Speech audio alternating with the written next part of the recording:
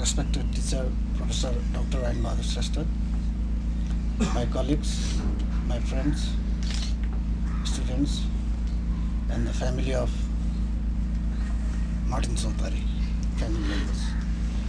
I'm very pleased that I'm given some minutes to speak about the state of psychology in Nepal.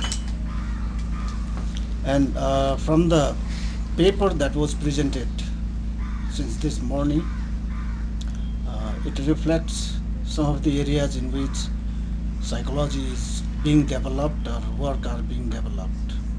One is very practical or in the applied area, that was given by Jamana Shrestha, in which she talked about her experiences from the beginning of providing counseling services and so on. Then also, especially in the research field, Linda Chase, she's doing research work from the psychological approach, okay, ethnographic approach, but it is on psychological issue, and she talked about different types of methods she has used and also about different kinds of issues that she has faced and so on. This also reflects that in many ways the Nepali psychologists, when they do the research or try to write something about Nepalese issue, they face lots of issues, lots of problems, not exactly problems, lots of challenges. The challenges to develop certain frameworks so that they can work very effectively in order to explain the Nepalese issues, Nepalese problems, and so on. And the third paper was about provided by Sanjay Shrestha, and it was a social issue. And we know very well, those who are psychology students, we know very well that most of the psychologists and different branches of psychology are concerned with not only day-to-day life, but also with different types of emerging social problems and social issues.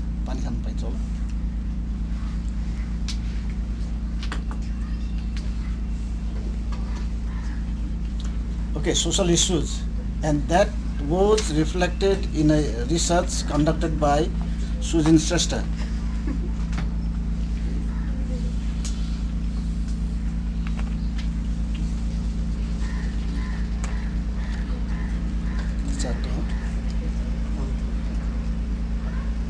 Okay, based on these, very briefly, I missed the presentation of Susan, but I hope that it must be very good to know about the development of psychology in Nepal since 1947.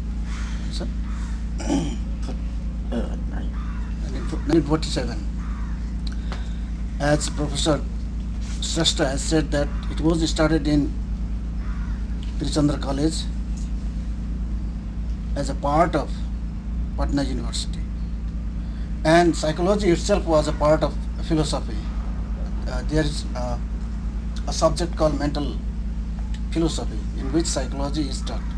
So psychology started from a part of philosophy, and within 2011 or 2010, psychology has expanded in much more areas. This is because very recently, in the 1950s, 1990s, yes, military psychology was introduced, and also we know that in the health sector psychology is already introduced, and in the 90s and in the 21st century, yes, psychology was introduced in the CPDS, that is conflict and peace studies. And apart from that, there are other lots of branches, like in the educational faculty, in the management faculty, in the some parts of science, like in engineering sciences and so on. So I hope that Susan's presentation must have given you a very good idea about psychology, and especially I was very much it was very interesting presentation by Linda Chase. Especially she was looking about the folk theory or some kind of folk theory, right? Or local theory by which she can explain the typical Nepalese manifestations of distress or whatever the symptoms that is expressed by the patients when they are suffering from different types of problems, especially PTSD. And depression and anxiety is the major symptoms of PTSD, and these symptoms are being exhibited by these Bhutani refugee, and she was very much interested, and whatever she talked about, that was very interesting. Interesting in a sense that in Nepal we need to develop Nepali psychology, though it already exists. We have to pick it up and organize it, so that whoever comes here, in order to understand Nepali psychology, once they start reading it, they can very easily can explain or understand Nepali psychology. If you have read the book by Dorbadur Bist, Fatalism and Development, some of the indications are already provided in that books, especially about what conceptual framework is very much suitable for Nepalese to understand Nepali behavior or Nepali psychology and so on. This was very good research work. I think she is working on it, ethno-psychological belief about, especially about the resilience. I hope that we can read that paper later on. And the other paper was Sanjay Shrestha, especially about public littering behavior. And somewhere in his presentation, he talked about Nepali culture don't have the knowledge of, especially about health and sanitation behavior or something like that. And also he was very much interested to develop how can we explain about that littering behavior and so on. And the explanation is to some extent, I think, if we start looking at the cognitive dissonance theory that is developed in the West to explain the Nepalese behavior, many times we will not have an adequate explanations about Nepali behavior. Because if you want to understand the littering behavior of Nepalese people, especially of the Kathmandu Valley or from the caste systems, we know about the concept of purity and pollution, and that is very much applicable, especially in that type of behavior. And that most of the people's behavior guided by the concept of purity and pollutions. If that explanation is included, then the explanation Sanjay will provide it will be much better. And especially about Jamuna Shrestha. Jamuna Shrestha, her presentation was also very good. It was about the experiences she has about, especially about a simple person. Okay, was very much interested in helping other people. When she started helping, how she knew about the counseling and what are the do's and don'ts of the counseling, and apart from that, she also explored and understood that there are lots of problems in Nepal, especially people facing different types of health problems, especially psychosocial problems. And she focused on two very interesting aspects. One is about the problem that is being faced by the women. We can say that is a silent suffering, or you can say social suffering. They suffer, but their self is made silence, okay? They cannot express it. And Jamuna Shrestha, she, in beautiful way, she explained that women, they are invisible, they have invisible self that cannot be seen by the male, or the male don't understand it. Her point was, women needs counseling, they should be encouraged. And she gained that experience while dealing with the clients and so on. And she also talked about, especially about the problem of counseling services in the rural areas. My point as my experience as a teacher and working in the counseling area, it tells that when we were around 1980s, there was already some kind of clinics in which counseling services was provided. And also later on, it was Richmond.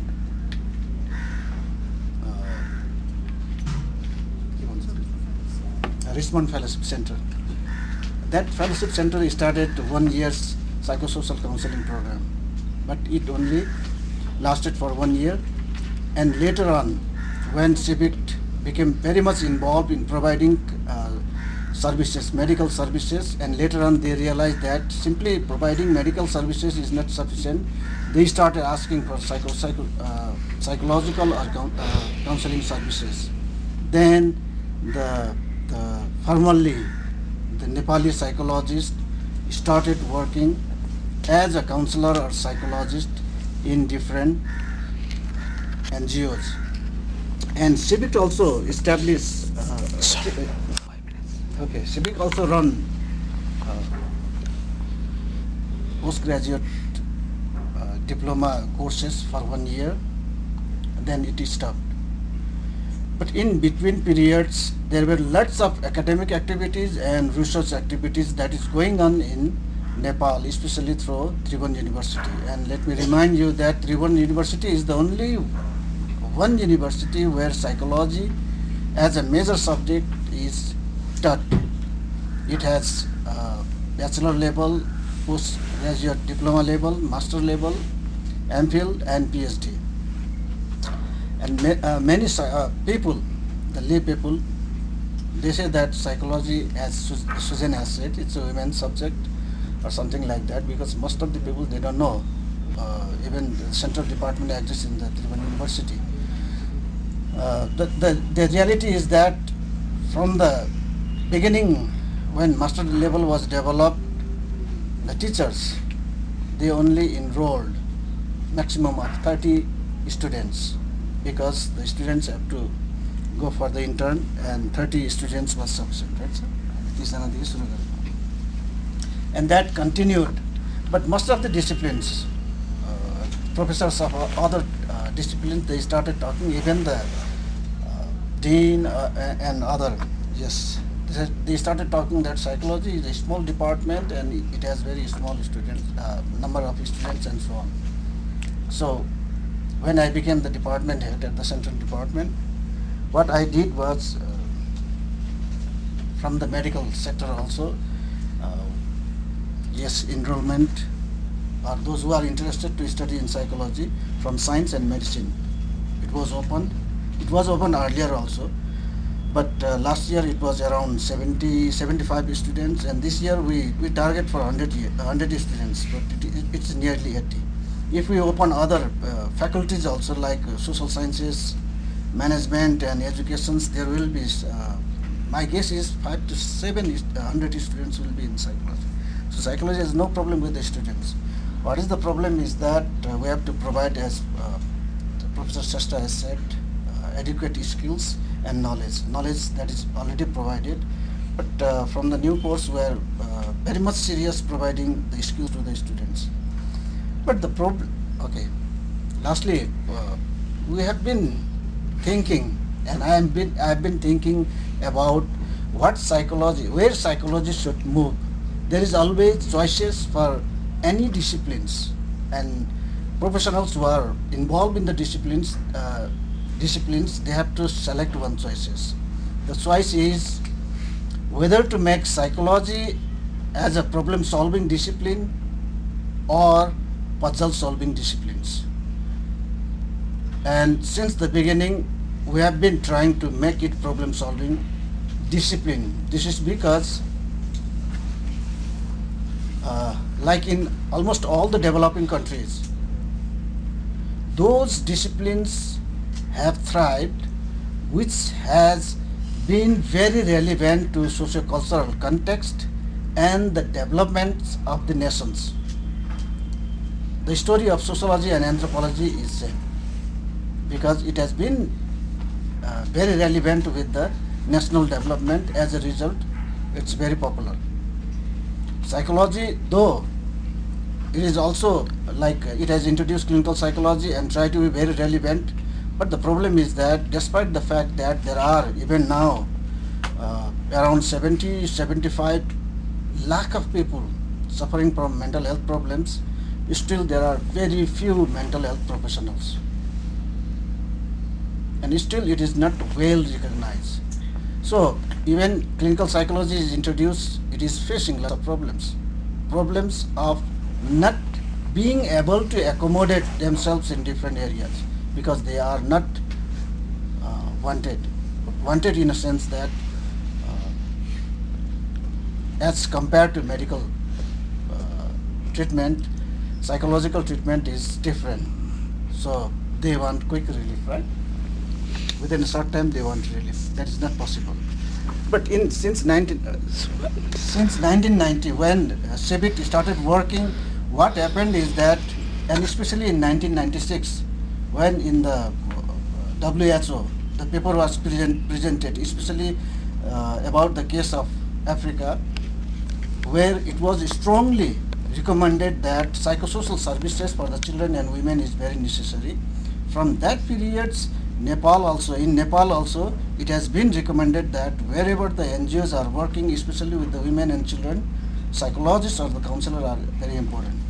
As a result, within 10 years, there are lots of counselors and lots of psychologists who are engaged in different skill developing field or engage in service providing activities. And in the research activities also, yes, there are some activities. It is not necessary that psychologists should always do the research on psychological issue, because we now know that it's an interdisciplinary approach. Even sociologists, anthropologists, economists are from the health sectors, from the nursing sector, from the psychology, they are doing on psychological issue. What is important is accumulation of knowledge, and that accumulation of knowledge, especially, it is accumulating. And from these knowledges, yes, we can now, at least in a partial way, develop a picture of Nepali and their situations, especially their psychological portrait. Thank you.